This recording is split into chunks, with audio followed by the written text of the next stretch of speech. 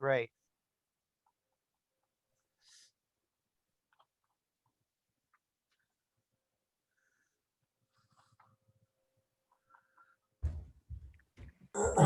So hello everyone and welcome. Welcome to our real estate investment conference that I'm hosting today with Stephen Brewer, and we're going to tell you everything about it in just a couple of minutes. For now, we're going to wait for everyone to let themselves in the call, log in, and it's probably going to take us a couple of minutes before we can officially get started.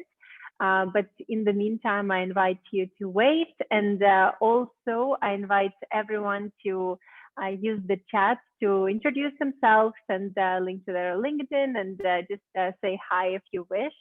So we get the networking ball rolling, and we're going to be starting in just a few minutes.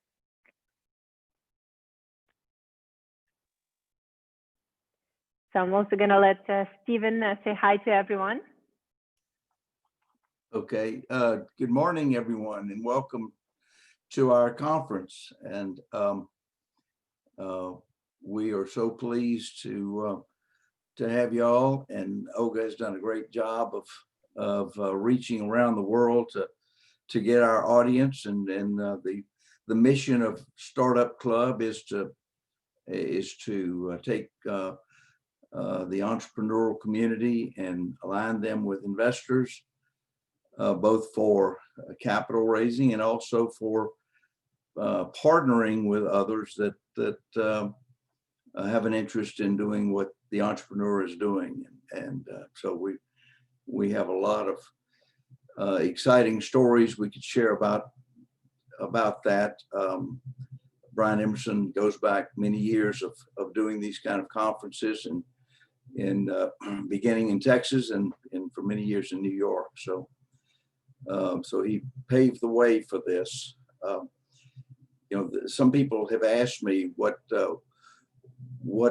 place does a real estate investment conference have in something known as the Startup Club? But we would like to point out that many of these real estate entrepreneurs that we have gotten to know have taken the traditional real estate model and added innovation, and in some places technology, but certainly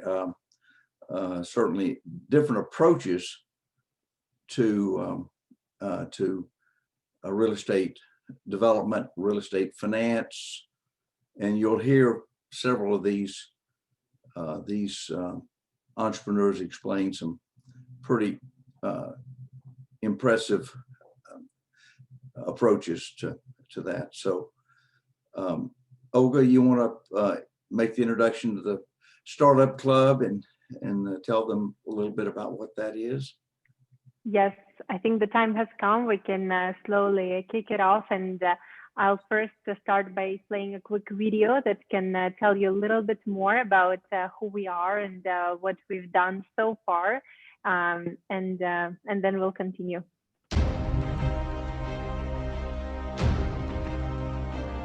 With active presence in more than 10 countries and a global community of 60,000 members, we are thrilled to grow and nurture our community in the course of this year.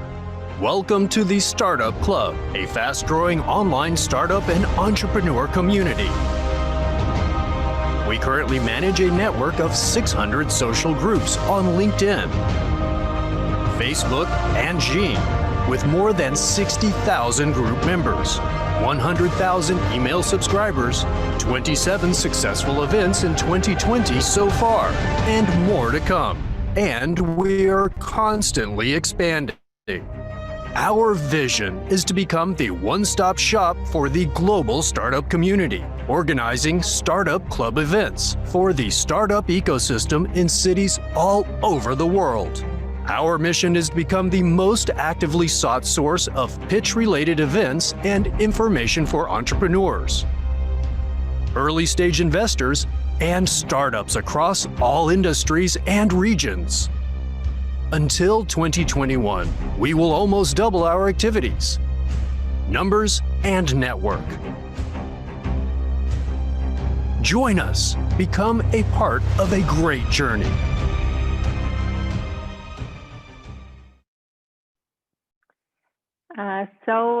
Hello everyone. My name is Olga. I'm the CEO of the Startup Club. As you saw in our video presentation, we're quite an international group and in an international community.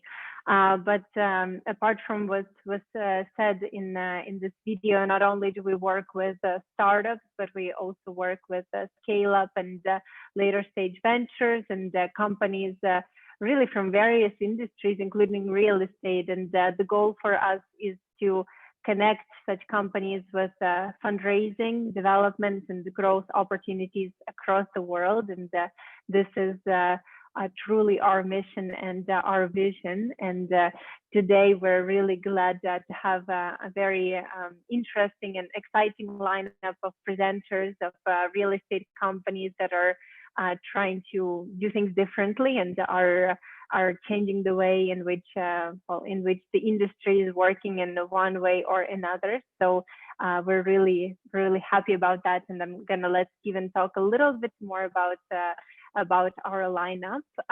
From my side, just a few organizational standpoints for today's conference. We're going to have 5 companies presenting and 1 featured entrepreneur guest, which Steven will also announce in the middle of our conference.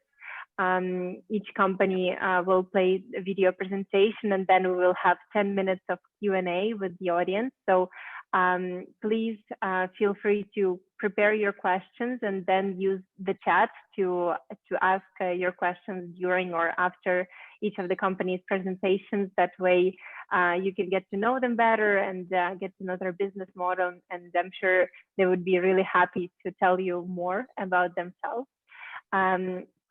Also, if I'm going to ask everyone, if you're not presenting, to kindly turn off your camera as well. That might help us get a better quality of the presentation overall.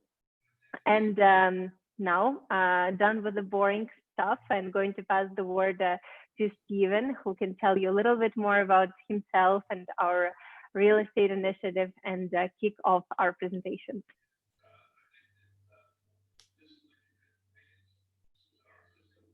Oh, sorry, Steven. For some reason, you're on mute. Okay, sorry. Okay, great. Yep. I began my career in commercial real estate development and then commercial banking, and made my way into the investment banking community by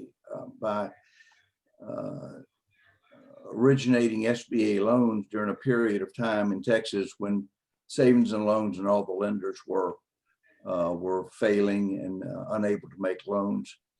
And so I've got a unique blend of those two industries. And Brian Emerson and I have worked together as broker dealers for many years. We both have owned broker dealers in the past, and we've always had a particular affinity for the entrepreneur and the early stage ventures, and assisting them has not been it's been very challenging over the years to watch these great companies struggle to find capital. So we've been working to create platforms to introduce entrepreneurs to investors, and we're excited about this international effort. And we appreciate so much people like Olga, who are in Europe and share the same passion for making these connections, and we look forward to growing this organization. So thank you all for being here, and I know you don't want to hear me talk anymore, so I'm going to begin the program. And let me introduce our first speaker, who's going to be Daryl Waters, and his enterprise is called Creative Real Estate, and he's an entrepreneur and also an educator in Anchorage, Alaska.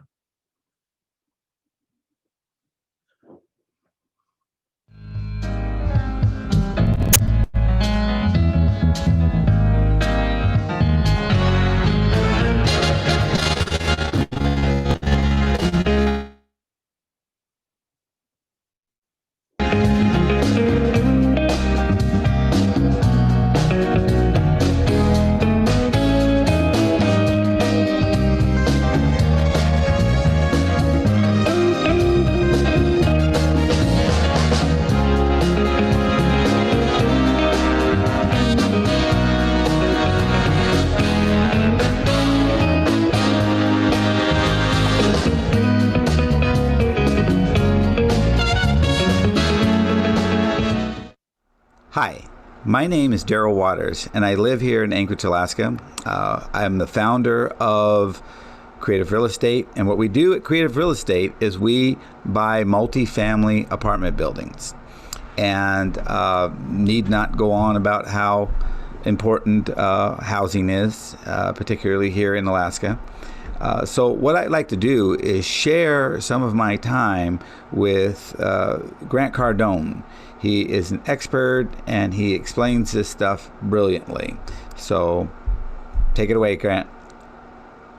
And most importantly, let me show you what I love more than anything. After 25 years of research in real estate, because I knew, my dad taught me as a little kid, son, if you want freedom, if you want financial freedom, you can work or you can buy real estate, okay? That building right there, I don't know if you can see it without my hands getting in the shot. Well, you probably can't see it. See that apartment building? The Camden Group owns that property, okay? They own, I don't know, 50, 60, 70,000 apartments. I've been so inspired by real estate my whole life. I'll show you another deal right here, okay? Here's another apartment deal over here. Now, I'll tell you why I like apartments better than this bank, even though I'm buying this deal right now, because I live office here. Berkshire Hathaway's a tenant here, Northern Trust is a tenant here, and so am I. I'm gonna buy this building because I can actually make sense of it. Now, I'm not here to talk to you about what I'm buying today. I'm here to talk to you about the real estate game and why it works and why that apartment building right there is a better deal than that bank deal, okay? Let me tell you why. Because for the next 30 years, I believe this with every penny I have saved, America will become a renter nation. It will become impossible, more and more impossible, and more unnecessary for people to buy homes than ever in my lifetime. So inside this company, inside this building right here, where I have 4 companies that we're making sales every day. We have 4 sales organizations here. We sell online platforms, work with some of the largest companies in the world to help their sales team. We consult companies for their growth. All the money that comes out of those companies ends up getting invested in multifamily real estate. Now, here's the problem. If you're anything like me and you're running a company and you love real estate, my 3 major problems with buying stuff like that was, number 1, even finding the deal. First, I had to find the deal. Second problem, getting the funding for these big deals. These big deals work. It's the little deals that'll kill you. The third problem I had, number 1, finding it. Number 2, funding it, getting the debt, getting the down payment for a $30 million deal. The third biggest problem, I'm gonna go into my office here. The third biggest problem was managing it. Tenants, termites, and Well said, Grant. So Grant here has thousands of units, thousands of apartment units all over the United States. He has millions of dollars in revenue every single month. And this is the place that we intend to see creative real estate in. Those skill sets that he talks about there, we already have those skill sets. When it comes to managing the building and dealing with tenants and dealing with difficult issues along the path, that's our expertise. We are experts at that. So that one, check. With regard to locating the buildings, we have the same technology that the best in the industry have. We have the internet, we have the algorithms, we know how to motivate, and we know how to locate motivation in sellers and of large complexes. The funding part, we're getting that figured out as well. We have 2 large funding institutions that will give us any amount of money to buy real estate, to buy multifamilies. But we still have to come up with the 30%. And that's where you come in.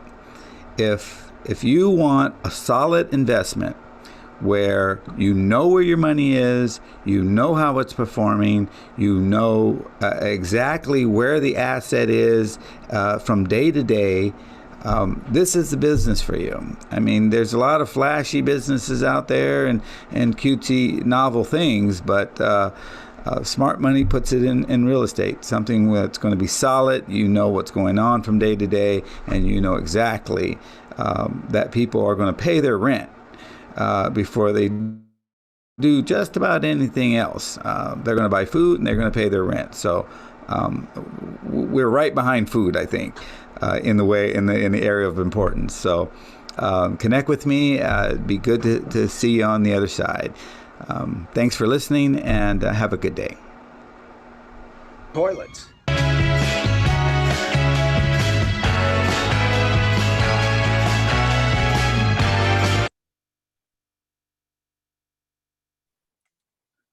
Okay, thank you, Daryl.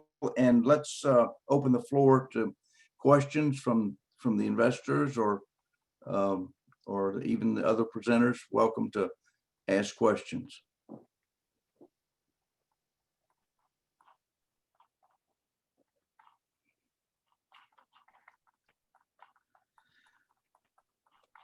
Well, I've got a question for you, Daryl. What's your short-term plan for locating these projects, and what size are you looking to begin with?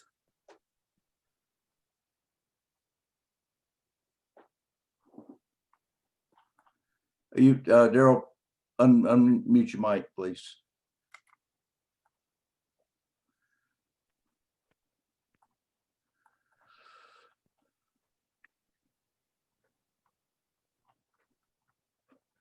Daryl? Yes.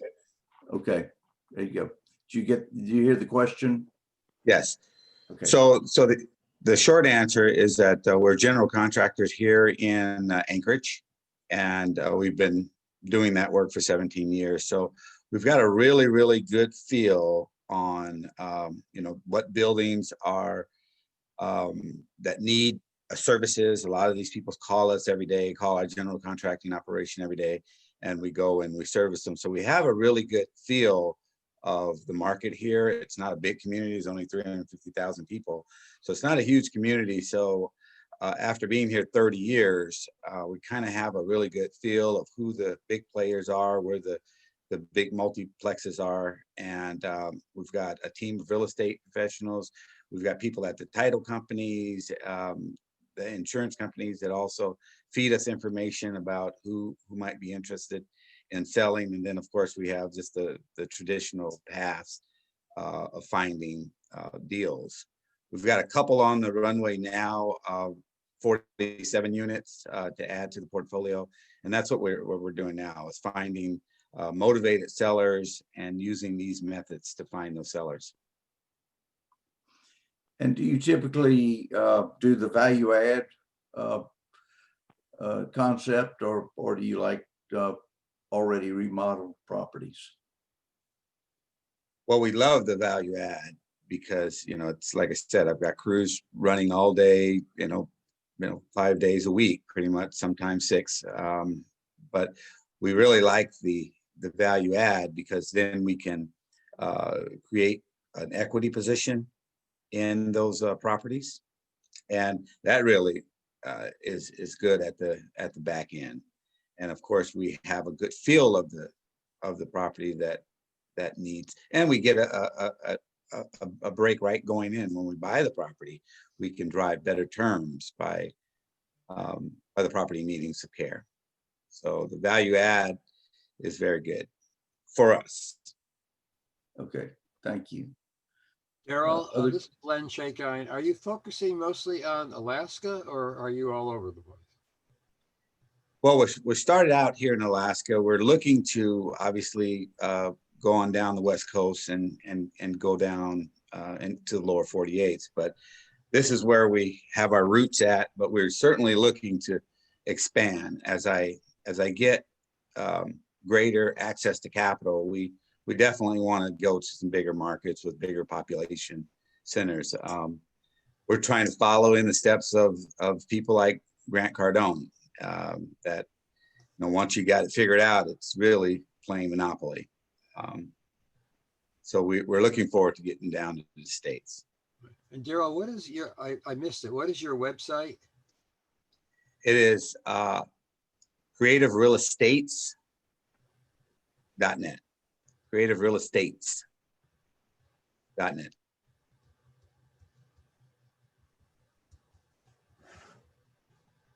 And that website, just real briefly, that website is just it's really set up to attract investors and attract people who don't know a lot about this. So it's not really set up. So we have two other service companies I should mention.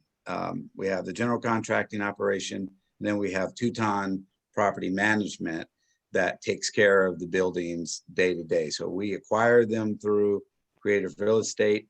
We bring in E&D contracting, we fix them up, upgrade them, do whatever repairs that need to happen. And then we bring in our management team, who's also in our office to take care of the buildings. So we have a complete system.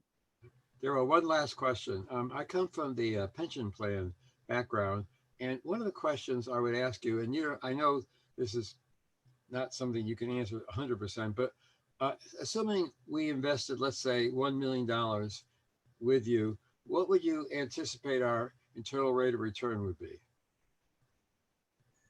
Well, 10% is an easy mark to hit in this, I'm sorry, in this what arena percent? here. 10%. 10%?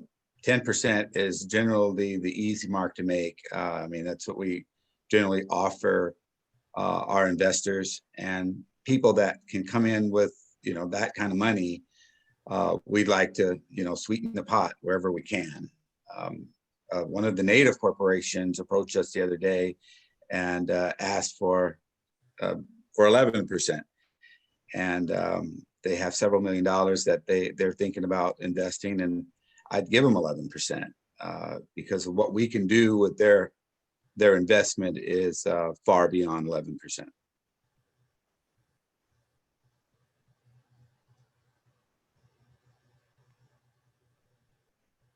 Anyone else? Other questions, please?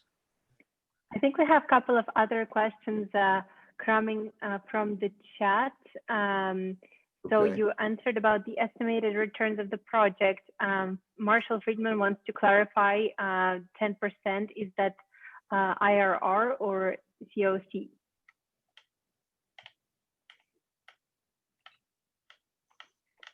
And also perhaps you can talk about tenant utilities, as it might be difficult in this kind of market to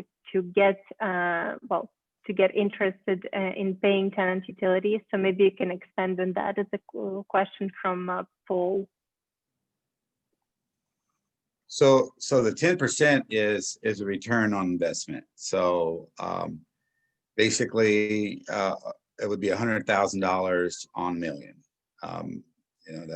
That's basically how that looks. And we like a term of 36 to 48 months, so it's not long and drawn out. $100,000 return. So as far as the utilities, I don't think I quite understood the question, Olga. Maybe you can give it to me again, please.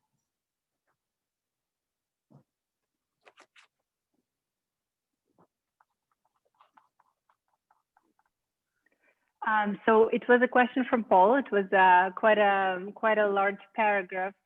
He says that owners pay low tenant utilities and add a large amount to the rent, as if the tenant were living in a code building. Do you think it will be difficult to get the market interested in paying tenant utilities? We don't have any difficulty here. We generally will put the electric on the tenant, and then we basically carry everything else for the building. So we pay the water and the trash and the gas, and the tenant does the electric. So that's how we do it here in Anchorage. That's pretty common for a lot of multifamily owners that I know. Okay, thank you so much, Stephen. I think that concludes our Q&A part. Okay. So I'm going to pass the word back to you. Okay, next presenter is Dennis Steele with GrowSpace. And Daryl, thank you so much for participation, and we'll Feel free to also share your contact details in the chat so everyone can reach out to you if they're interested to hear more. Okay, thanks, Olga. Yeah, Stephen, go ahead. Okay, thank you.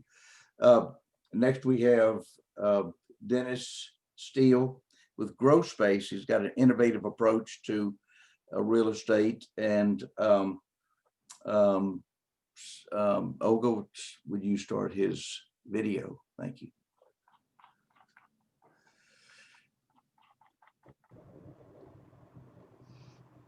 My name is Dennis Steele.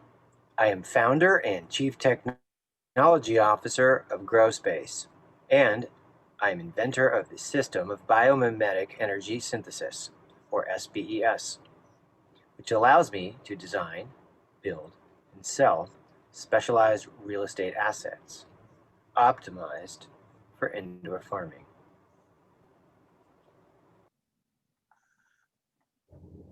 Indoor farming and urban agriculture has evolved from simple greenhouses and covered rows of open field crops to highly sophisticated CEA facilities.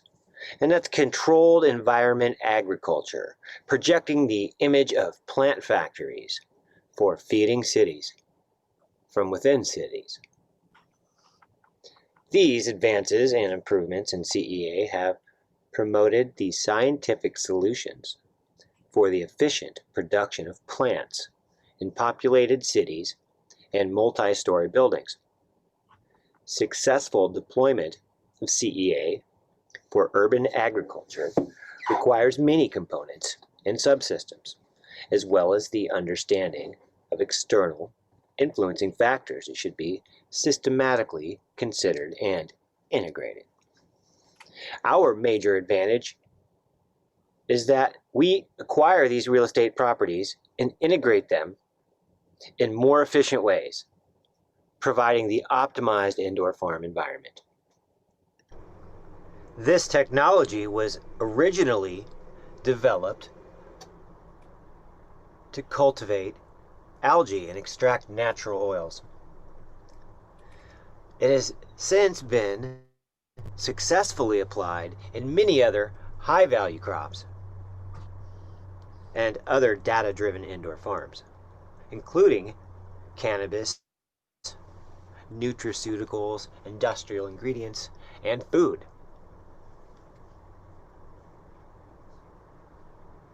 Ultimately, this specialized real estate asset is an indoor farm that is proven to eliminate waste and optimize the growing conditions.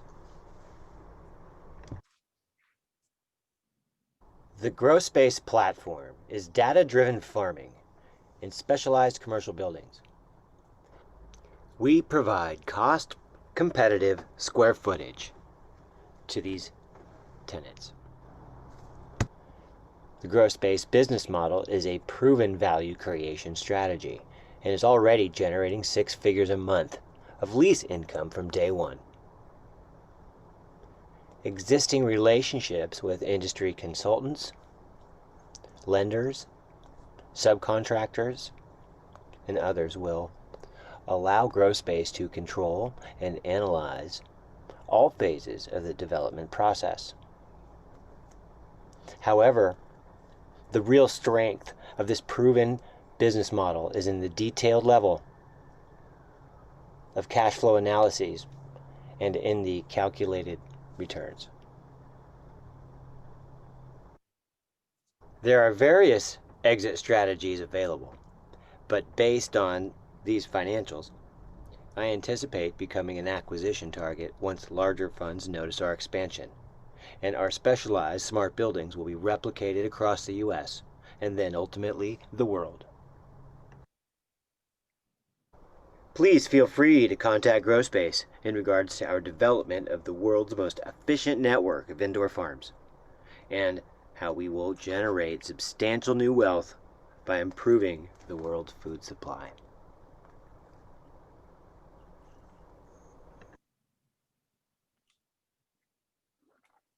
Okay, thank you so much, Dennis. And I'm going to open the floor for questions. Thank you, Stephen. Thank Okay. you. Huh?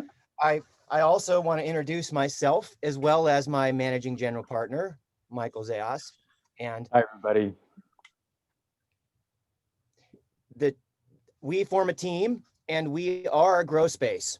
And I'm happy to answer any questions and show you the deal that we've worked so hard on presenting to you today. Yeah, and I think if I could add a little color, what our platform is that we're inviting people to invest with us on the real estate side. We have an improved building that allows venture-backed indoor farming groups to come in and be our tenant, turnkey. They don't have to do anything. They can just move in. And then we have ways to collect rent from them that are, healthier than if we were just an industrial landlord, because of the improvements that we've made in the building and made it smarter. Everything is on a system that collects a ton of data, and that goes back to Dennis, and he can talk all about the technology, but it provides multiple revenue streams for us. So apart from being the landlord of an industrial building, it's a super building, and we create energy, which has its own income stream. We create base rent, which have its own income stream. And then we also create a couple other things that are in the works. And it allows us to really create a safe investment for investors, be completely differentiated. In a time of COVID, when the supply chain has gotten all crazy, we can bring local food to local neighborhoods, and we can bring farming back from the fringes into downtown of a city.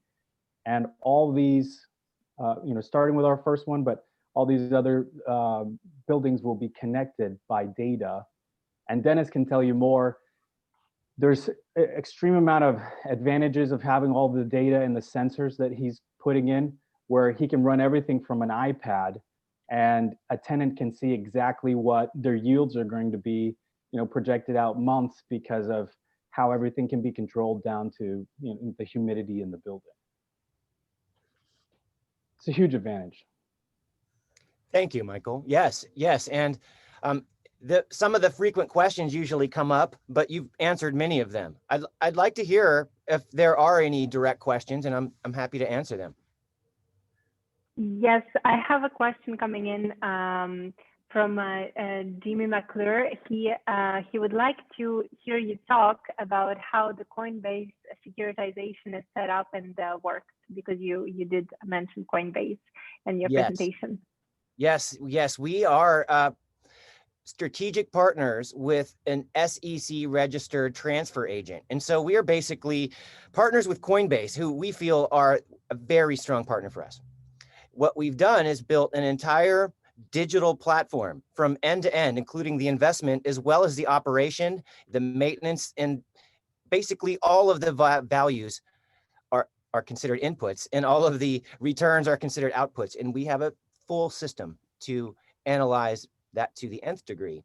I'm going to put the securitized platform in the chat right now, so I should be able to just share that with all of you. And that is the investor facing side of the platform. And what blockchain really means for this project is that we have a fancy database.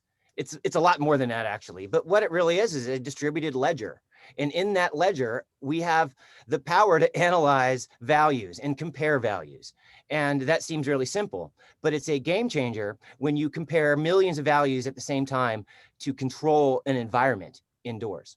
So we control the pH, the light intensity. We also control the heat. And all of those are measurements, but they translate to money. And so they really come down to spreadsheets and cash flows for us. And so the entire thing is a very sophisticated spreadsheet.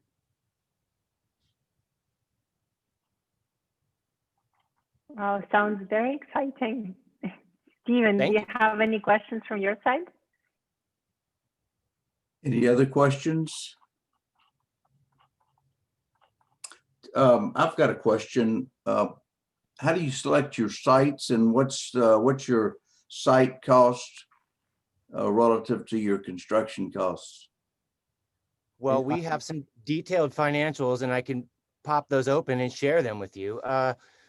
This first site we chose because of its footprint in the center of demand.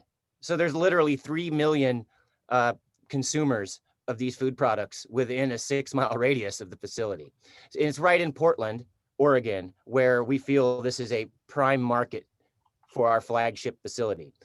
We've identified 11 other facilities in the Pacific Northwest from Portland to Seattle area that are some of which are opportunity zones and some of which are other incentivized properties. But the criteria is that they're underutilized and in a footprint of urban population, because one of our biggest advantages is putting the source of that produce, and we're loading trucks every day, and we're only doing this on a Sprinter van, and we're actually achieving much more than an entire fleet of transportation. We can do the same with a Sprinter van because our footprint is literally at the demand. We put the source of the food at the demand. We're 5 minutes away from your dinner table. Yeah, I think one other interesting thing about this opportunity is, industrial real estate right now is so hot, and a lot of people are building it from the ground up. We can go into properties that are well below replacement costs, that are obsolete in a lot of ways, that were built in the 60s and 70s and don't fit today's user, but we can retrofit them and we can buy them at a discount. So it's a distressed real estate play, and then with a value add component, and then we're working with these very large tenants that have a lot of money behind them, credit tenants. And when you add all that together, there's a lot of wealth and value created through the strategy.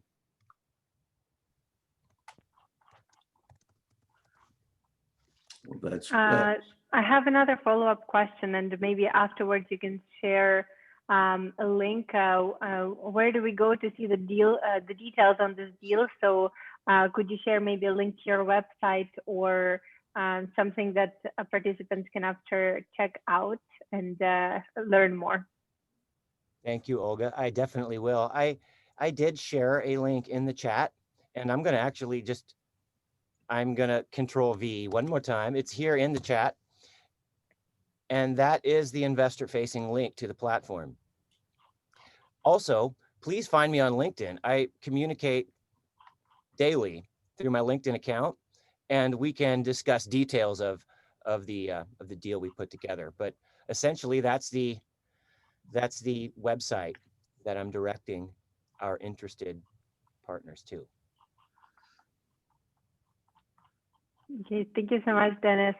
Stephen, do you have any other questions, Dennis, that you think could be useful to hear? anyone have questions? So I have a question, Stephen. Okay. Dennis. So can you quantify how much product that the one place there in Portland is producing now? I mean, you said you got Sprinter vans going out. It'd be interesting to hear how much. I'm actually saying one Sprint. Actually, what I was comparing is that one Sprinter van can service 400,000 customers, and we can do it 4 times a day. So we can literally move 1,000 units with a Sprinter van, where normally it takes a week and a fleet. So that if you cost analyze that, you could bake diesel miles into every package on that shelf. When you go to New Seasons or Whole Foods, you go down you go down these products, they all have diesel miles represented in that shelf. On the shelf, if it's made it to the shelf, it has X amount of diesel miles built in to that cost. I'm eliminating that entire cost. We just skip that whole step. In fact, there are probably 7 or 8 major distribution steps that we actually eliminate. And that translates to billions of dollars over the life of the fund. Impressive. Yeah, eliminating the diesel miles. And it's counterintuitive actually, Daryl, because it doesn't seem like, if it's 45 cents on that product, that seems like you could amortize that out over the cost of your production. But when you calculate it in terms of wasted steps in your supply chain, it's ridiculous. We are way in in the past here. We can use data to fine tune all of the spots and meet demand perfectly. There should be no friction. There should be no waste. And it should just be finely tuned forklifts, loading pallets onto trucks, onto our Sprinter van 4 times a day, every day, all year long. Winter, spring, riots, fire, you name it. We Very control impressive. the environment. It is a secure facility, and we lock down that production and we lock down that cash flow. Well, that's really impressive. Congratulations, Dennis. And I think that concludes our Q&A time. But if anyone has more questions to Dennis, please feel free to ask them in the chat, and so you can see them and answer them and connect with those people afterwards for more follow-up. But for now, thank you so much. Thank you. It was, and I especially want to have you. Mm-hmm. I especially want to thank you. Thank you, Olga. Thank you, Dennis. So I'm going to pass the word back to Stephen. Okay, well, thank you, Dennis. That was very interesting, and you're to be congratulated for your attention to detail in such an innovative concept. Okay. Well, thank you to my general partner as well, Michael. Michael, yeah, thank you as well. Okay, now we've got a special sponsor guest, entrepreneur, company, real estate, a company that's been in business since 1999. It's got over $1.3 billion in asset value, 11.1 million square feet, primarily in the Southeast US, Nashville, Atlanta, and the Carolinas. They've specialized in Class A office buildings, and we welcome them and look forward to keeping in touch. We've got interest from investors that are looking for stabilized Class A assets, and we invite y'all to be in touch with Delwig, and so thank you for being maybe on. Michael from Delvig, you can just quickly say hi to everyone so people know your face, and then send your contact details to the chat so that everyone can also learn about Delvig. So Michael, I invite you to do so in the chat now, and I invite Stephen to continue with our lineup. Okay. Thank you. Michael, you want to say a few words, introduce yourself?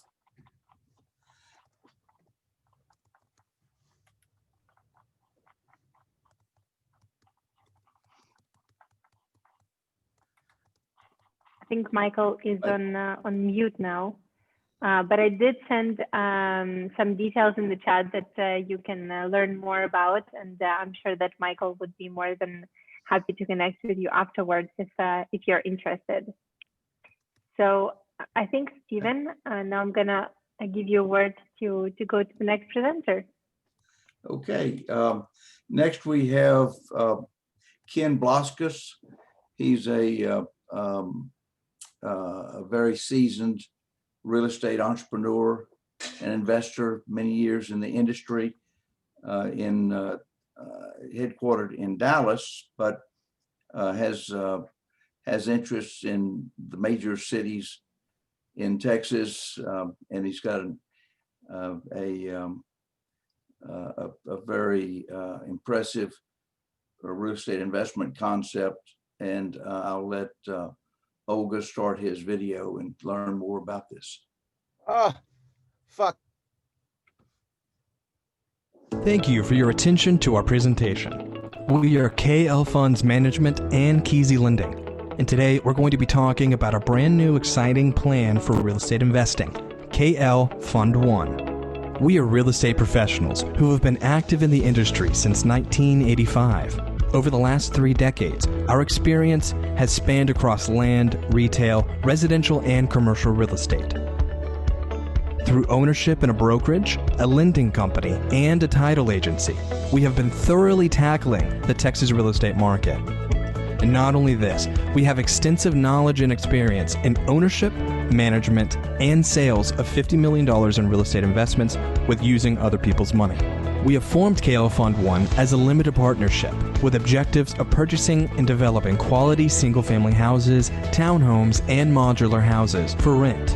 Our sister company, Keyzie Lending, allows us to keep funds fully invested by making high-quality, high loan-to-value ratio loans at higher interest rates.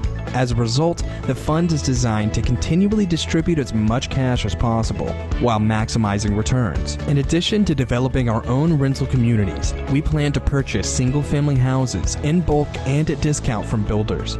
We are targeting the Texas Triangle, which starts in Dallas-Fort Worth, stretches down through San Antonio, over to Houston, and then back up again. This triangle includes the vast majority of areas that are growing the fastest. Using modular construction, we can build safe, strong houses which reduce the time to market and increase our rent-to-value ratios above market trends. We offer and service 6 to 9 month short-term real estate rehab loans made at higher interest rates. These loans allow us to utilize fund cash immediately, increasing the potential returns.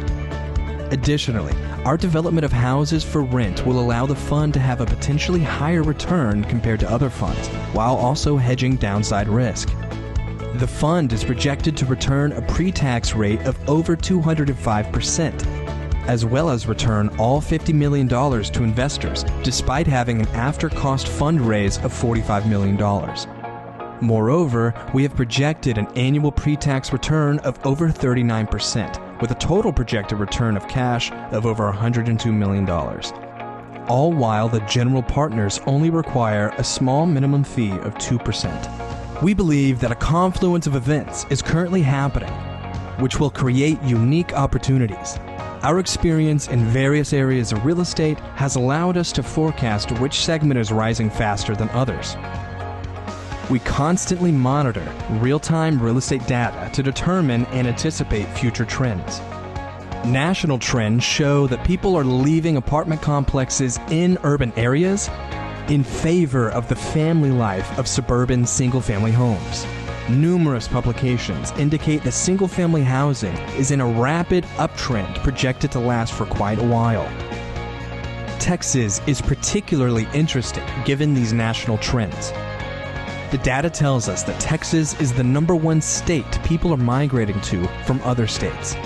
This is more than likely because Texas is one of the most diverse economies in the world. It also has a larger economy than Russia and Brazil, even though these countries have 5 to 8 times the population of Texas. Texas is home to more Fortune 500 companies, has way more diverse industries, and has the highest net migration of any state in the country. Because Texas is so strong and is growing rapidly, it allows us to meet our target demographic very easily. The Triangle, or the Texas Triangle, is growing to meet 1,500 people per square mile at a minimum of 15% growth. Additionally, Texas has no income tax policy, which is attracting both millennials and baby boomers, which are the bulk of the current and growing rental base. The fund is designed for maximum security, utilizing a low approximate 54% debt. Not surprisingly, this debt ratio will allow the fund to pay the preferred rate of 9%. The general partner is paid a below average rate of 2% per year, or 0.5% per quarter. Typical construction fees are not charged as they are in other funds, so that after all initial funds and preferred returns are made, the general partner will participate in capital gains at a 70-30 split. The estimated good faith projection shows the fund should be capable of making the estimated returns. In addition, the fund will provide some attractive after-tax returns based on estimated tax rates. KL Fund 1 will be utilizing current tax allowances for deductions and depreciation.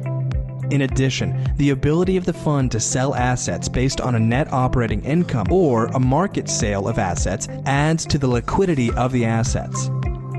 This is in contrast to other real estate assets whose value comes only from net operating income. As mentioned, the principals, experience, unique market circumstances, and high net migration into Texas makes this one of the most opportune times to invest in KL Fund 1. Right now, Texas can add to the traditional real estate mantra of location, location, location, and time, time, timing. Thank you for your interest in KL Fund 1. We hope you take advantage of this unique investment opportunity. Thank you.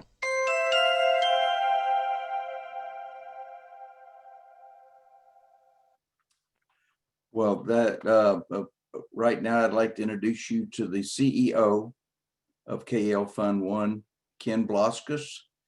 Ken, would you introduce yourself and let everyone get to know a little bit about you?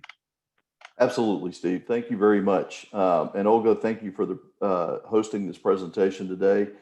I'm Ken Bloskus, the CEO of KL Fund 1 Limited Partnership, and we are 35 years plus investing in real estate in the Texas area. I'm a broker in Texas.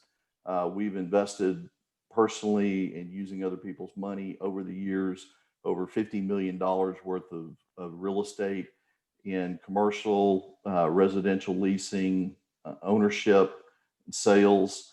Is very well versed in the Texas market and the landscape of Texas real estate. With Texas being the number one state that people are migrating to in the nation, it affords unique opportunities here for single family home rentals, which is the fastest growing segment in the country, and especially here in Texas. It's the fastest growing segment in Texas. Very safe area of real estate to invest in. Everybody has to have a house.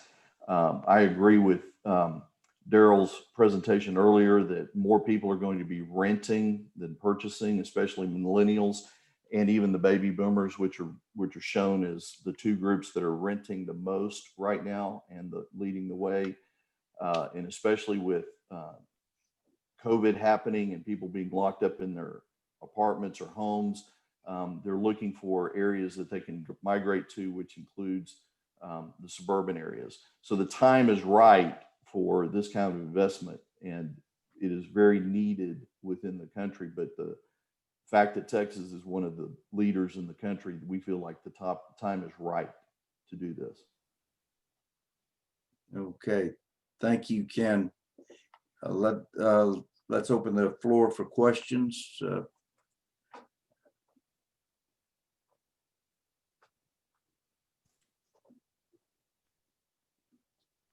I have a quick question.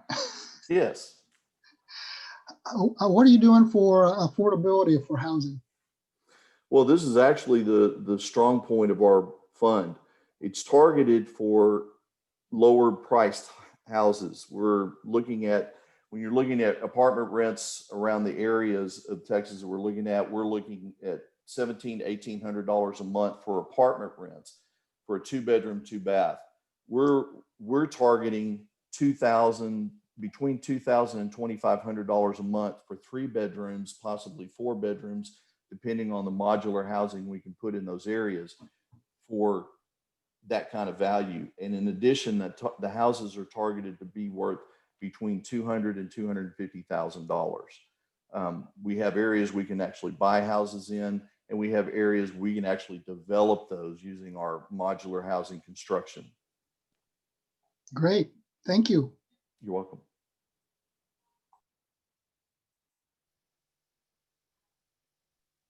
Other questions? So I had a couple of questions coming in to private, so I'm going to read you out. What is the price per square foot of the building? And second question, are you targeting areas around the Tesla and Ford facilities in Texas? Okay, I'm sorry, Olga, I didn't quite catch the last part of that question. Yes, so are you targeting areas around the Tesla and Ford facilities in Texas? Yes, those areas are included in what we call the Texas Triangle. If you're looking at the state of Texas, you've got Dallas-Fort Worth at the very north side northeast side of Texas. You go down to San Antonio, over to Houston, and back up to Dallas Fort Worth. That's called what we coined the Texas Triangle. In that area, you've got the manufacturing facilities of more than just Ford and Tesla. You have Austin is included in that.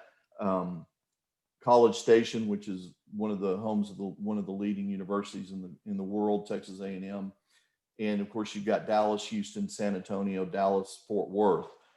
So yes, the houses are targeted in those areas, and the cost per square foot of actually building the houses, we are going to be in the below $100 a foot on that. Okay, thank you so much. Stephen, do you have any other questions from your side?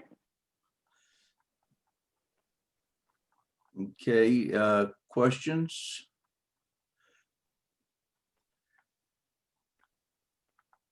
Get extra credit for asking a question. All right, I have a question coming in to my private once again. How do you feel in regards to the risk of oil and gas industry rising the fundamentals in Texas? Virgil, perhaps you could reformulate the question a little bit. Hey, yeah, Virgil here. I was just wondering, like, what do you think about, because obviously Texas being driven by oil and gas industry, kind of saw that in the presentation. Like, kind of what do you think, especially in the state of the oil and gas industry now with, renters, the fundamentals of people like there and whatnot? Okay.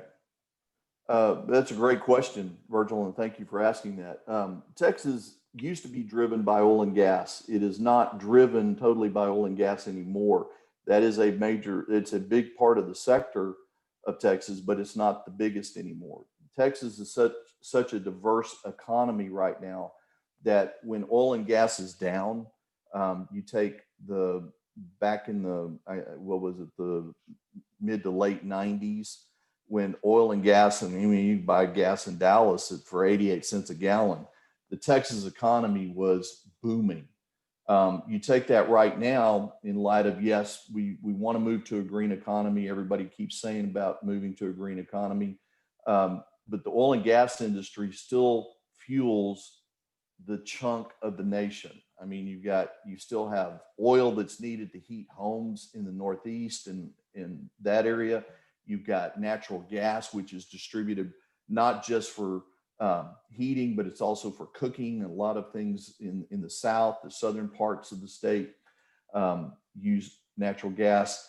And then, of course, driving just cars. I know we're moving to green cars, but for the most part, it's still 90 some odd % oil and gas. So if you look at even when COVID started and the oil prices plummeted, and I think a lot of people watched that happen, and oil prices and oil futures plummeted to below zero even.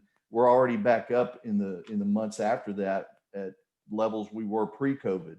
So the oil and gas industry is going to be here for a while, but it is not the major part of the Texas economy anymore. So, and with everybody, like I said, the net migration into Texas, Texas has a net migration of 200,000 people a year. The next closest is Arizona, and they're 100,000 people a year. So people are migrating to Texas, which will only continue to boost this economy. Okay, thanks. Okay, other questions? Can I add something to that? Sure. Well, I think I was just talking to a guy from ExxonMobil because I live in Houston in the Petro Metro, and they don't want to be considered gas and oil. They want to be considered an energy company, which includes solar and wind. So we're seeing a lot of changes in that area. Mm-hmm. I agree. Well, I think that concludes our Q&A part for now, but thank you so much, Ken, for answering all the questions. And then, of course, once again, encouraging everyone to ask any follow-up questions or to share contact details in the chat. So that you can connect with Ken afterwards as well.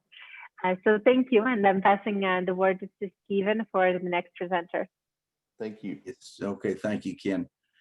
The next presenter is Hartwell Brown with Family Communities, and they've got a fascinating approach to aligning interests of their investors and contractors and landowners in the development process. So I will introduce that and start the video, and we'll see what it's all about. Hi, I'm Hartwell Brown, CEO of Family Communities. We are a real estate developer disrupting real estate development. We do this by having landholders and contractors as shareholders in Family Communities itself. We have land under contract now for $665,000. The landowners are investing $517,000 as shares. We get the land for $148,000. To build on it is $4.4 million. The contractors are investing $1 million as shares. We build for $3.4 million. We develop for $1.5 million less than traditional developers. Our yield is over 15%. The industry standard is 5%. We are 3 times as profitable by having landholders and contractors as shareholders. We are also most profitable because we simplify what we build. We build one thing: communities of duplexes for families. We build 500 in 5 years for 1,000 units and IPO as a REIT. We build at the true actual cost, which we know because my patented software is used by home builders, single-family residential REITs, property management companies, multifamily properties, and the contractors that service all of them. Here is a live screenshot of a contractor's markup. The job cost, labor, materials, overhead is $16,000. The price the customer paid, $36,971. Markup over $19,000. We're coming along saying to the contractor, we'll build at $16,000. Your markup of $19,000 is in shares. Contractors are all for this. We want to build then where there is growth, wonderful quality of life, great school systems. That's Texas. 500,000 people move to Texas each year. When they move, they're likely to rent. They rent in the Texas Triangle, shown here from the International Space Station area, bounded by Dallas, Houston, San Antonio, and Austin. Houston is the largest city. The growth is pushing up northwest. Right here is Waller, home to Daikin, have the second largest manufacturing plant in the country in Waller.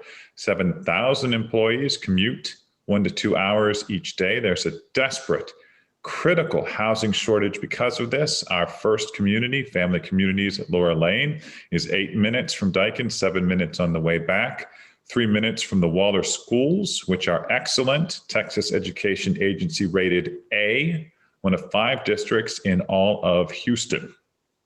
Here is our community, Family Communities at Laura Lane. This is our use of funds for the Series A raise of $4.2 million for 18 build-to-rent duplexes, 36 units. Families want to be here for wonderful quality of life, more time together as a family because they're closer to work, and so their children can go to the Waller schools. It takes an extraordinary team to execute on this opportunity.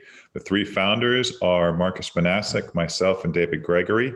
Marcus is our multifamily expert. He lives and breathes it. His family business is multifamily. He runs 800 units.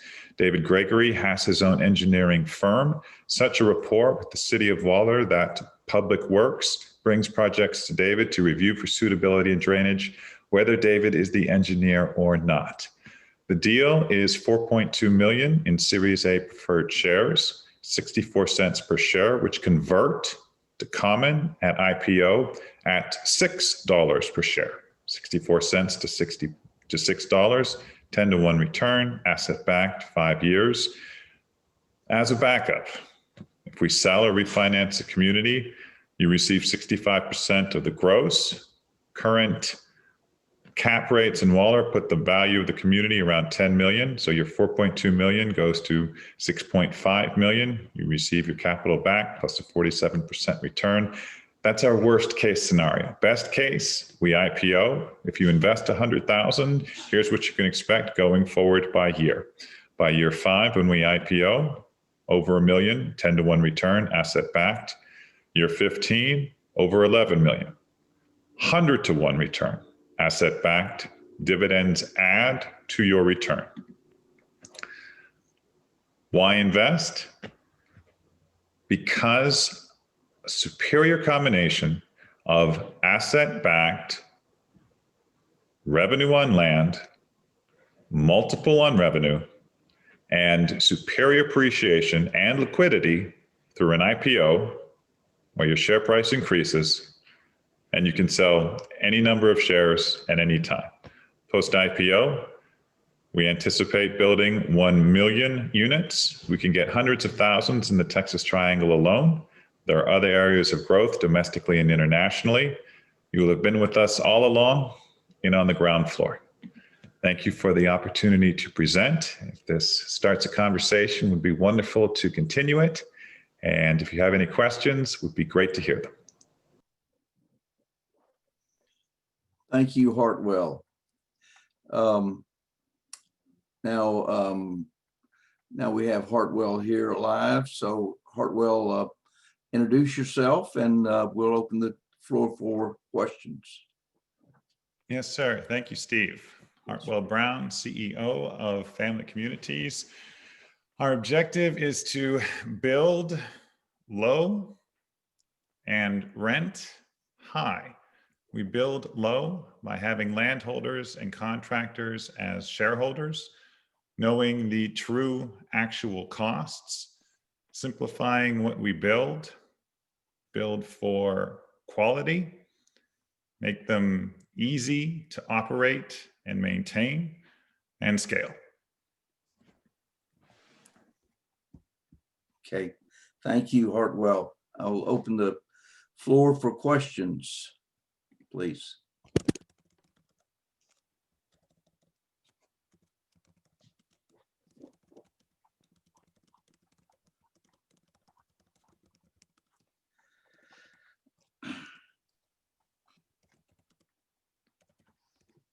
Hartwell, you're beginning your project, your first project in Waller County.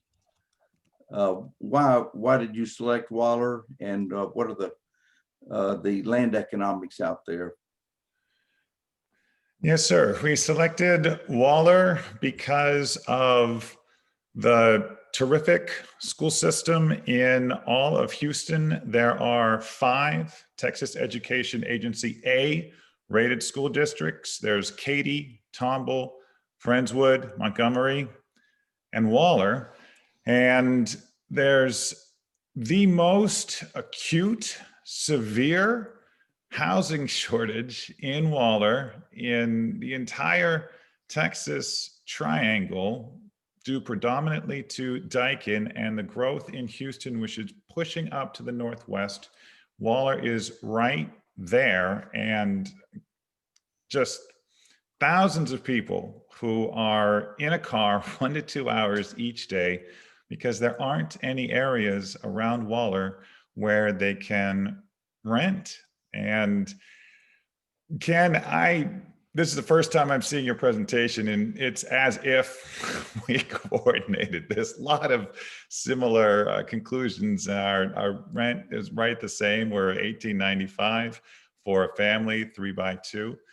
And it's just an incredible demand and massively unmet market. We could get the 500 duplexes to IPO just in Waller alone.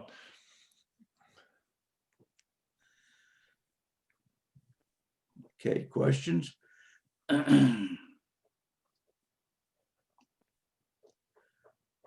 Maybe you can tell us a little bit more about the type of property that you plan to develop and well, the particularities of it and what makes it so interesting for that particular area.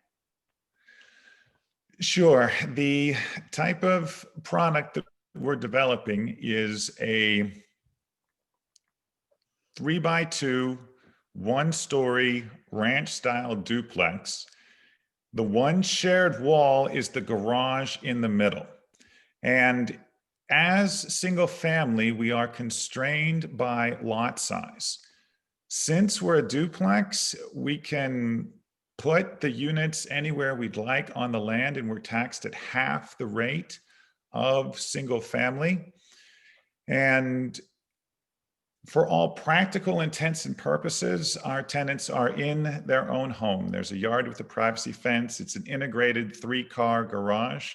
For a 2-car family, the extra space we anticipate being used as storage. A very convenient, wonderful way of living. The community, family communities at Laura Lane, which is the Series A raise here, is a flag lot surrounded by mature trees. It was used previously for farming hay. It's mostly cleared entirely out of the floodplain, access to all utilities in the city of Waller. And fantastic location, great quality of life. And Waller, they build themselves as a small town with big city opportunities. It's a half-hour away driving from the Galleria in Houston, downtown Houston. Very well located and an area of growth. If you're familiar with Houston at all, Waller is similar to Katy 20 or 30 years ago. Katy is now completely developed. Waller is on that path, and it has yet to meet the demand for housing that is there. 10, 20 years from now, the empty areas around the slide there will all be filled in, and we will have been there all along, welcoming the growth. I have a question. Yeah, amazing thing you and Ken have going on with the triangle. Those population centers are just huge, and it's pretty amazing. Can you talk to the construction costs? So it's a little different here in Alaska as far as construction costs. They're not what they are there, and you had a little slide there about what the contractors are actually getting per house. Can you talk to a little bit about that and how you're able to control those costs so well? Yes, sir. Houston is home to pretty much every national single-family REIT, real estate investment trust, and the contractors that use our software service all of them. So we see the costs for the rehabs. We see what the single-family REITs pay the contractors and the real actual costs that the contractors have, including labor, materials, and overhead. And it's typically a markup of 40%. That's about the average that we've seen, the actual data going back years on Valet. So Ken mentioned being able to build for under 100 a square foot. That's accurate, even with the markup there. We're coming along and building at the true costs, and the markup is in shares. So the markup pushes it just a little under 100 a square foot. That's excellent if you can get 100 square foot. We are at 49 a square foot because we're paying the true actual costs. The top contractors who are using our software, we've approached them about this and they're all for it. As far as we know, we're the first developer ever, anywhere, to provide a contractor with equity in our company itself. Developers in Houston and pretty much around the world, as far as we can tell, keep all the equity to themselves. And there's an incentive gap there right at the beginning because the contractor wants to drive up the price. as shareholders, the contractors want to do everything they can to keep their price as low as possible, because that increases our earnings and the value of their shares. So we're coming in right around $49 a square foot. Typical for Houston, if you're very, very good, you're around 100. Brilliant. And I think we have probably the last question coming in from John. Is the product adaptable to triplex? Yes, it certainly would be, or quadplexes, or whatever was a good fit. Marcus Banasic, one of our co-founders, has a community of quadplexes, which are senior housing in Newark, Ohio, and it's 98% occupied. We see that as an area of growth for us after multifamily. So certainly triplexes, really any class, any asset class of real estate, be it retail, logistics, industrial, even the farming, the interior farming, which came up earlier, all of that, you can apply the approach where landholders and contractors are shareholders, and you can IPO as a REIT. So it would absolutely apply to triplexes. Any area where there's a desire to align the incentives of landholders, contractors, and shareholders, with landlord and contractors typically being 90% of the costs for development. So it makes sense to have them wanting to contribute the land, the building for as low an amount as possible, so we can build low and rent high. Can I ask a quick question? Hi, Hartwell. Hello. Okay, one last quick question. Yeah, thank you very much. Hartwell, in your capital raising efforts, how far along are you? And if you don't raise the full amount, what's your strategy going to be? Yes, sir. So we have raised $200,000 in an angel investment from Fleener Capital. The founders have put in $500,000, and the landholder is providing $517,000 as shares. So we're able to get the land for $148,000. We're closing on the land at the end of the year. It's under contract.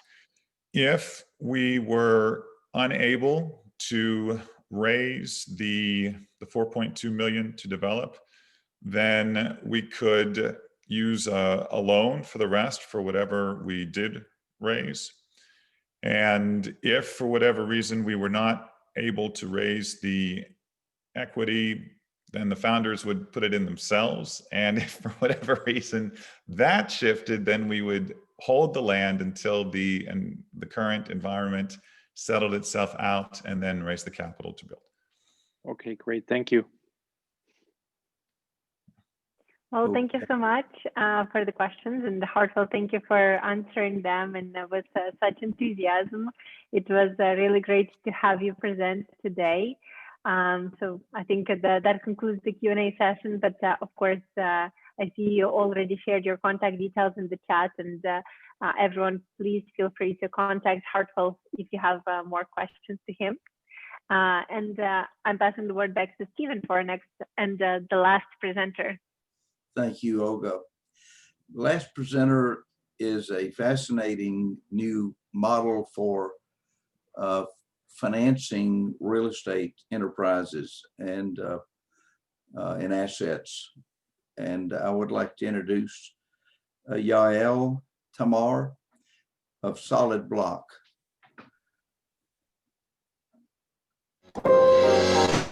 There is a different world out there. It connects people passionate about real estate. Those who expect solutions that push the boundaries, create shortcuts, and build sustainable futures. It's a world where you can buy and sell property anywhere with a single click. Invest a little or a lot in a wide range of properties.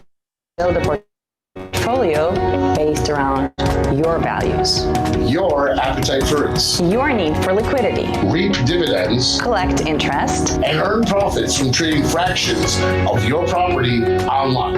Andrew Carnegie said that 90% of all millionaires are made through real estate.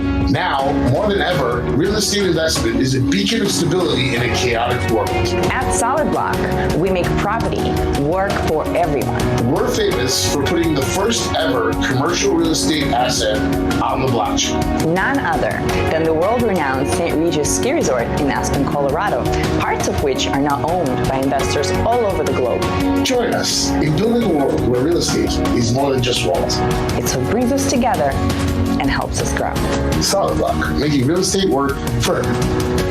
I'm Yael Tamar, CMO and co-founder at SolidBlock. My story starts on Wall Street almost 20 years ago, where I worked for a broker-dealer, into M&A, private equity, and financial engineering for over a decade. All the while, my dream was to become a real estate investor. However, early on, I realized that real estate investment is closed by design. You need intensive capital to invest. Deals are largely inaccessible, as well as your capital is locked for 5 to 10 years. That's why we created SolidBlock, which enables investors to buy and sell any property at any time, just like NASDAQ for real estate. With our blockchain platform and our global network of compliance and distribution partners, we're able to lower capital requirements to just $5,000 to $10,000. We're able to raise globally, and we're adding liquidity to investors. Our platform transforms illiquid assets into tradable securities, connecting asset owners with investors and traders through our token issuance platform and our partnerships, which are trading platforms, exchanges, and more. Our claim to fame is the St. Regis Aspen coin, which was the first ever commercial real estate tokenization in the world. It raised $18 million on our platform in under 4 months, bringing in $200,000 in revenue for SolidBlock. This asset is now trading on a platform called T0 at a 30% premium. Our business model is 1.5% from raise plus carried interest for the projects we're partnering with.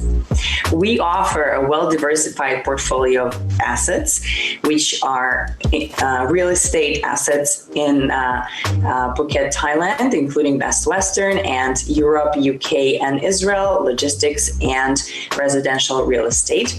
As I mentioned, our partnerships include exchanges and distributors and compliance partners and such. Right now is the best time to invest in tokenization because of the increased demand for liquid products, as well as regulation that is open to blockchain-enabled trading. Tokenization is just the beginning. Our financial service platform offers much more, including indices and benchmarks, cross-listing and interoperability of exchanges, collateralization for tokens to secure loans, and stablecoin transfers instead of bank transfers. The real estate market in the world is massive. It's $300 trillion of total property value in the world, yet only 1% is tradable. We're here to bridge this gap. Join us. Thank you very much. What the SolidBlock platform marketplace looks like. We have a variety of projects here. We have a logistics and warehouse space in the heart of Israel. We have a New Haven, Connecticut office to residential rezoning project. We have the St. Regis that's been fully funded. We have the beachfront Phuket hotel managed by the Best Western brand. We have a London buy, fix, and flip fund, and we have residential luxury apartments in the Abruzzo coast of Italy. And the cool thing about it is that these are actually tradable. You can list them on this platform for other users to buy, or you can list them on exchanges that we partner with, of course, after any applicable lockup as required by regulation. So I encourage you all to go to marketplace.solidblock.co, register, and check it out.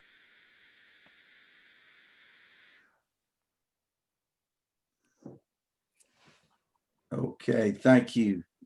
Yeah, that's very fascinating. I'm gonna give you a few minutes to introduce yourself and tell a little bit more about your experience and how you came up with this concept, and then we'll open the floor for discussion. Sure. I'm taking the wheel for Yael here. So hi, Wordsworth. I'm the CEO and co-founder of SolidBlock. Yael's my partner. And she makes a great video. So I'll do my best to answer any questions. A little bit about SolidBlock. We started the company about 2.5 years ago with the goal of firstly creating a more regulated framework to the cryptocurrency world, and something that's a little bit more adaptable to traditional investment. We've created a token which trades on the blockchain, something that's easily transferable, very easy to work with, which represents membership interests in assets, thereby digitizing them. We are also fully compliant with SEC regulations. We follow all the upfront regulations. We're working both on the accredited investor side and on crowdfunding for retail investors. And we're also, again, creating a more digital, more tradable financial product out of small and medium-sized real estate offerings. Yeah, I'm open to answering any questions. Would love to hear what you guys have to say. Okay, floor is open for conversation, questions. So a question from my side, actually, while we're waiting for everyone else to get their ideas together. So how do you actually select properties that go on the platform? What does the process look like from onboarding properties? That's an excellent question.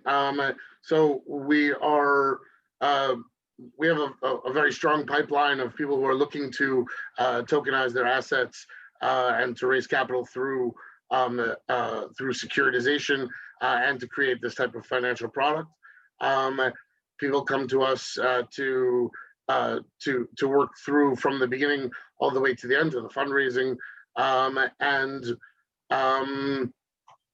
we have all kinds of different asset classes, all kinds of different from the hospitality sector to residential to small portfolios to larger funds. So we can kind of tokenize pretty much any structure. The idea is really to use blockchain for cap table management, for tradability, for the ease of transfer of title or of ownership in of the entity or the vehicle that's retaining the asset. And again, firstly reducing the liquidity premium and the liquidity discount that comes along with an early exit or an early liquidity request. There's a lot of demand. It's an early stage market, but is developing pretty rapidly and is becoming something that's being taken very seriously by the banks. We're also working with the Tel Aviv Stock Exchange. We're in discussions with the London Stock Exchange, again, to list the product and to further develop the liquidity in the market. Got it. Thank you. Steven, do you have any questions? Explain the acquisition process. Is it similar to the traditional earnest money contract with a contingency period in which time you gather the capital to close? Is that similar process? Yeah, very similar. Very from the front end, it's very traditional. It's a traditional offering, again, utilizing the exemptions that mostly from the 2012 Jobs Act, where the crowdfunding is allowed, and working with accredited investors and soliciting through the right channels, and basically we're working very closely with the regulators to make it all work smoothly. Are you using the traditional regulation 506 the Reg D 506C? Correct. That's okay. As Reg D 506C and Reg CF for the retail side.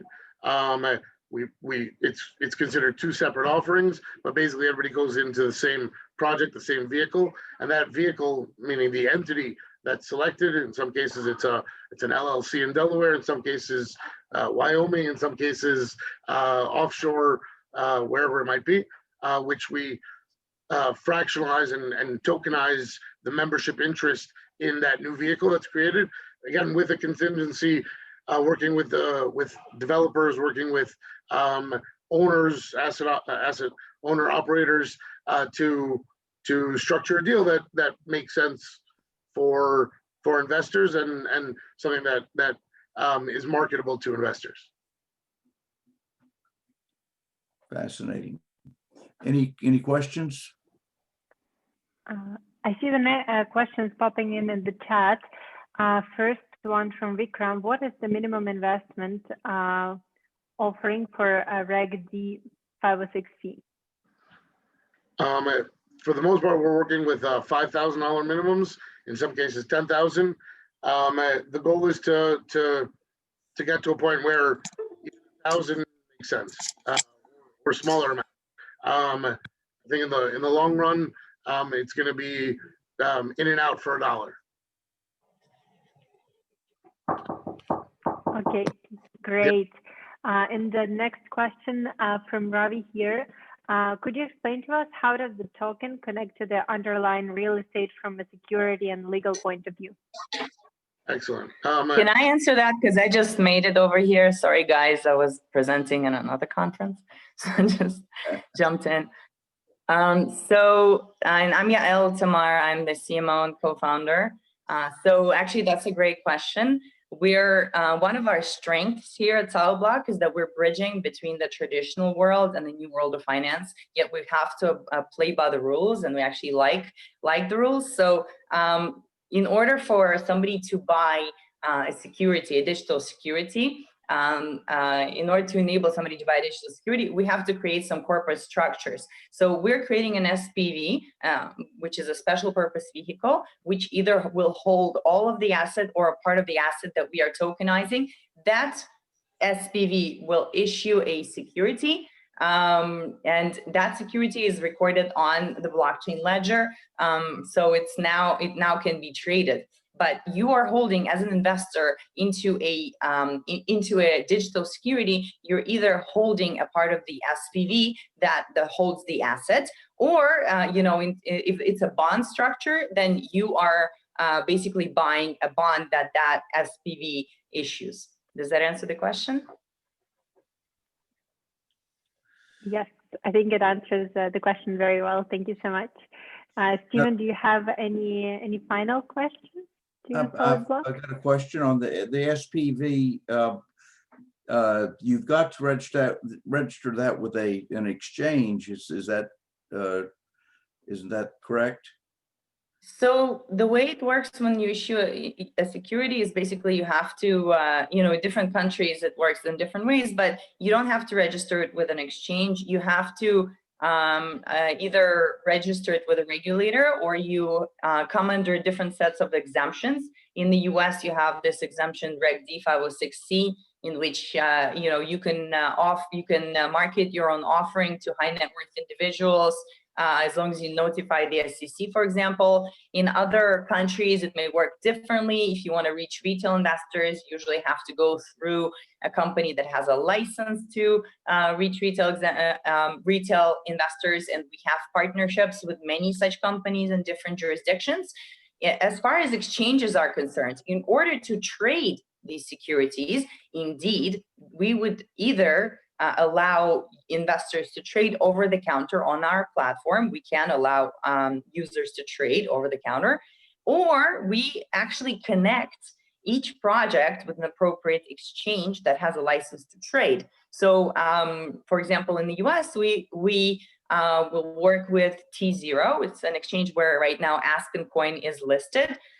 So that after the issuance, the investors can go and trade their securities, can exit early, and shorten shorten their investment time, thereby increasing the IRR. Very good. I appreciate that explanation. Very fascinating. What do you have a relationship with some of the big real estate firms in the U.S. that are adopting this? So we are, so one of our model, of course, is based on us understanding the finance and the technology, and then the real estate partners doing their magic in the world of real estate. We come from, the real estate backgrounds in order to be able to understand and evaluate deals. So we partnering with some great developers out there, in the United States and also outside the United States, some amazing brands like the Best Western, that manages one of the properties that we are marketing. So and as we continue to grow, our goal is really to offer our solution and our platform to some of the biggest developers out there as a white label model, as a B2B model. Okay. Fascinating. Okay. And thank you so much. Well, Stephen, if you have any and a last question, we can squeeze it in, but I think in terms of Q&A time, we're at the limit. So yeah, well, feel free to squeeze in the last question, and then we can conclude. Okay, where would investors find your platform for trading these equities? Right. So that's a fantastic question, because that's why we're here. First of all, go and check out marketplace.solidblock.co, and we'll email you afterwards with a link. So marketplace.solidblock.co or .co, that's where you can register on the platform. That's where you'll find our offerings. We have some additional offerings that are about to be onboarded. So if you'd like to know and kind of get the first look before the property is set on the platform, always email us. Yuval, you can also write our email addresses there, yael@solidblock.co and yuval@solidblock.co. We'd love to hear your feedback about what we're doing and what you're seeing, what you're seeing on our platform, what kind of assets you would like to see, because in fact we have a huge pipeline. And we can really bring, almost any asset class, almost any location. We're getting lots and lots of leads just because we were the first to tokenize a commercial asset, and because we were in the media a lot. Every day we're getting, 5 to 10 leads from developers and asset owners that want to tokenize, and we probably take 0.5% of all the leads that are coming to us. So, let us know what kind of assets you'd like to see on the platform, and we'll make that happen. That's great. Thank you, Stephen, for this opportunity. We really enjoyed the event. It's our pleasure to have you. It's our pleasure to have all of our entrepreneurs. Thanks for being with us. Great job. Great job. Thank you. Thank you. Okay. I'm just curious who in the audience is from the furthest location, other than Olga. You don't qualify being in France. Do we have anybody from Australia? Okay, how about South America?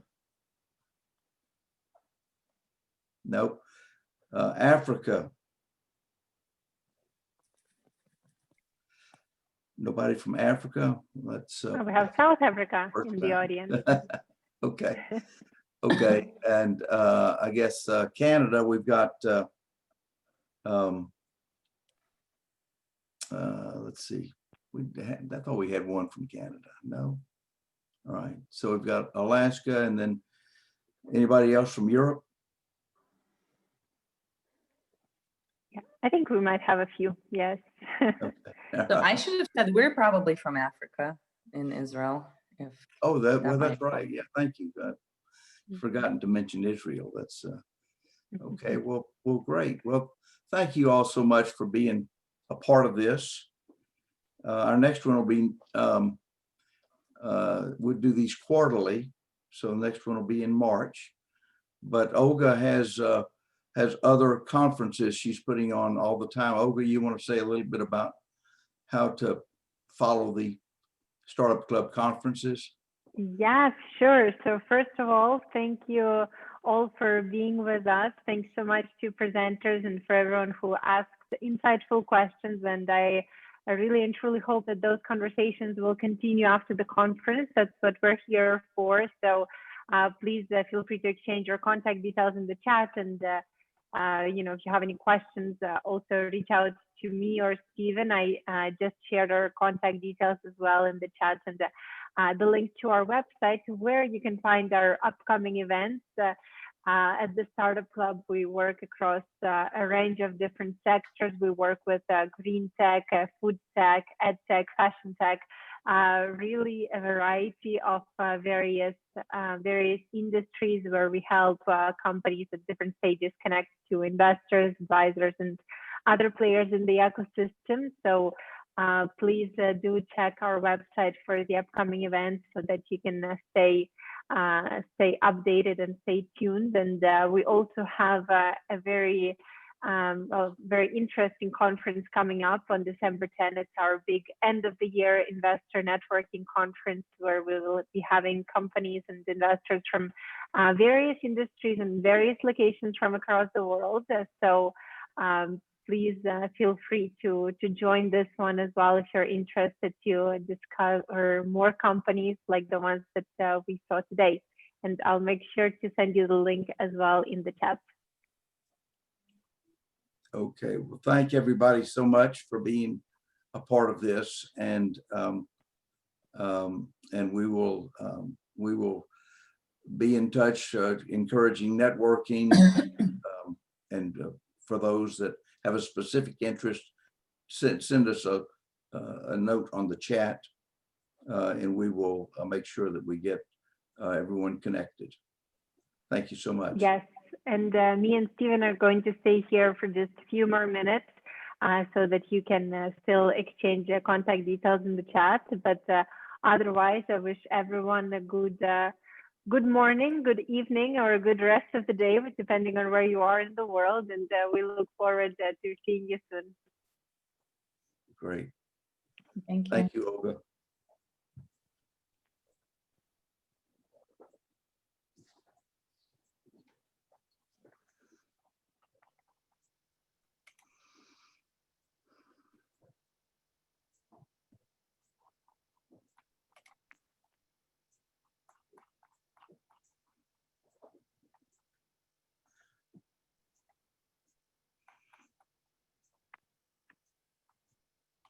Thanks to everyone, and thank you for being active today with questions and answers.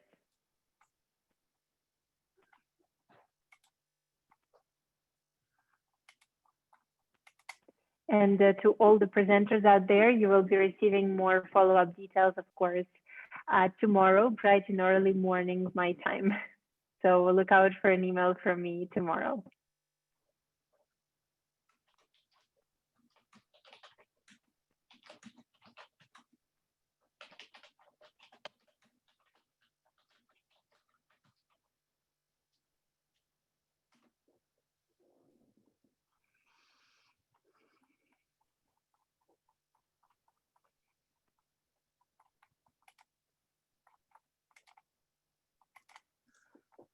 Well, thank you all, and goodbye. I'll be closing the meeting now, but of course, feel free to contact once again me and Stephen if you have any questions or ideas or feedbacks, or if you would like to participate in the next edition of the conference, which, as Stephen said, will be happening about every 3-4 months. So in the first quarter of next year.